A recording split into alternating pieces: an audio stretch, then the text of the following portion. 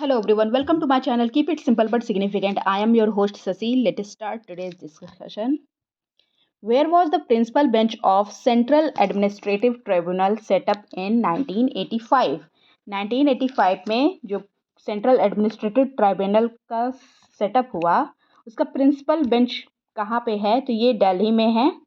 Answer is ए. और दिल्ली में इसका प्रिंसिपल बेंच है और इसके एडिशनल बेंचेज हैं डिफरेंट स्टेट्स में. Which of the following acts led to the formation of State Information Commission? कौन सा एक्ट था जिसने स्टेट इंफॉर्मेशन कमीशन के लिए मार्ग प्रशस्त किया?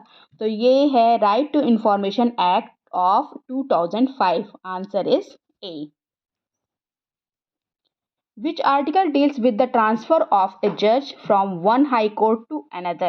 कौन सा आर्टिकल डील करता है ट्रांसफर ऑफ जज in one high court to another? तो ये आर्टिकल है article 222. Answer is A. Article 222 of the constitution of India makes provision for the transfer of a जज from one high court to another high court, और इसमें including chief justice भी है. Which of the following is the first and the oldest federation in the world? World का first and oldest federation कौन सा है? तो ये है USA. Answer is C. The united states of America is the first and the oldest federation in the world. It was formed in 1787. 1787 में ये form हुआ है. ओके. ये ओरिजिनली जो यूएसए था वो कंप्राइज था 13 स्टेट में, अब है 50. Which of the following writs guarantee personal freedom? कौन सा रिट्स है जिसमें गारंटी होती है पर्सनल फ्रीडम की? तो ये है हैबियस कॉर्पस. हैबियस कॉर्पस मतलब that you have a body, that you have the body. Okay. The writ of habeas corpus facilitate the guarantee of a personal freedom by allowing courts to determine whether legal authorities have legitimately detained an individual. Okay. Which of the following state has no panchayat Raj setup? कौन सा state है इनमें से जिसमें पंचायती राज setup नहीं है? तो ये स्टेट है आपका Nagaland. Answer is A. Currently the Panchayati Raj system exist in all state except Nagaland. Meghalaya में भी नहीं है. Okay.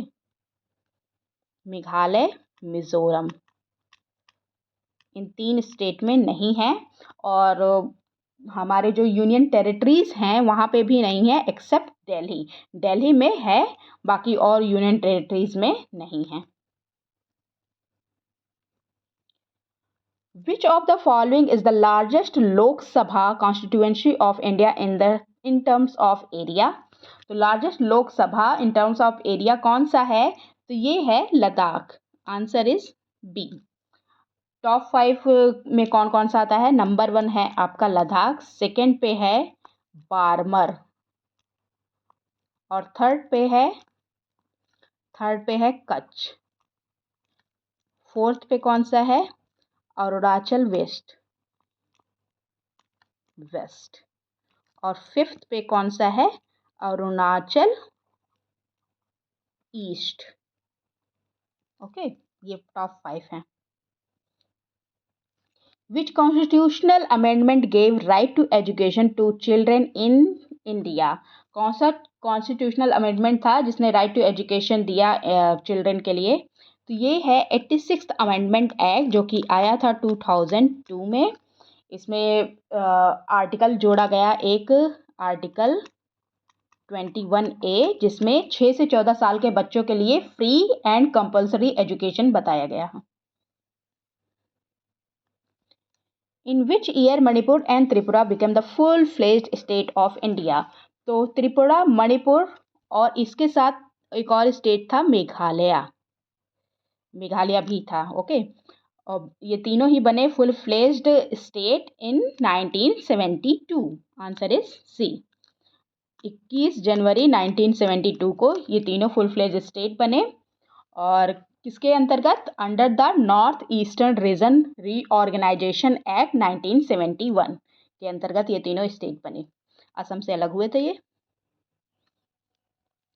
Which among the following had an objective of introducing the self-governing institution to India? कौन सा इनमें से है जिसने इंट्रोड्यूस किया self governing institution to India? तो ये है Morley Ford reforms. Answer is B. Government of India act 1919, government of India act जो है 1919 को जिसे कहा जाता है मॉन्टेगू चेम्सफोर्ड रिफॉर्म या Morley Ford reforms, which was introduced by the colonial government in British India. It came into force in the year 1921। 1921 में force में आया था और इसका ऑब्जेक्टिव था to act was to introduce self-governing institution gradually in India. That's all for today. If you like my video, please do like, comment, share and subscribe. Thank you.